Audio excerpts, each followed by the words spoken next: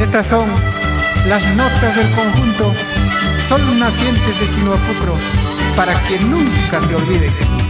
Y así Ignacio, Vicente, Maximiliano y Luzgardo, con cariño para todo el Perú.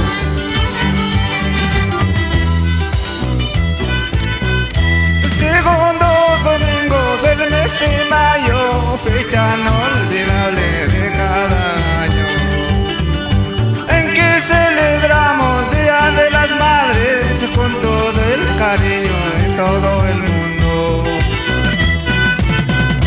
Madrecita linda, madre y adorada, aquí estamos presentes toditos tus hijos, para saludarte, para abrazarte con todo el cariño, madrecita mía.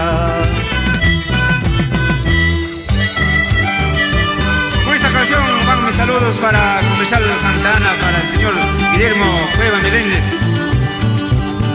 y también para el señor Edgar Vargas y esposa Reina Pinto, en nuestro distrito Santa Ana de Itusque.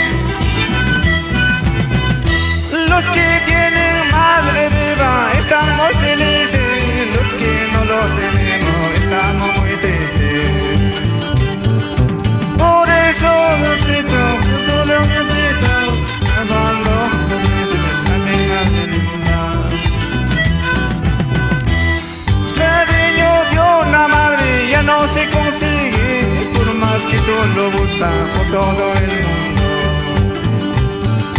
Por eso, amigos, yo te lo aconsejo, cuídalo a su madre hasta mientras viva.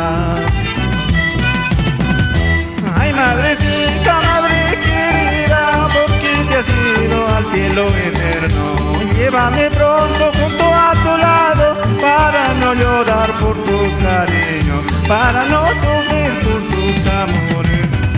Ay, madrecita, madre querida, porque te has ido para nunca volver. Llévame pronto junto a tu lado, para no sufrir por tus amores, para no sufrir por tus cariños.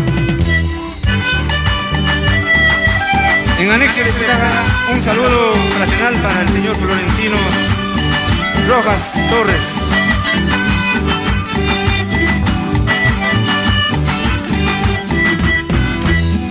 Ciudad de Lima para Dionisio Pinto Espinosa, con cariño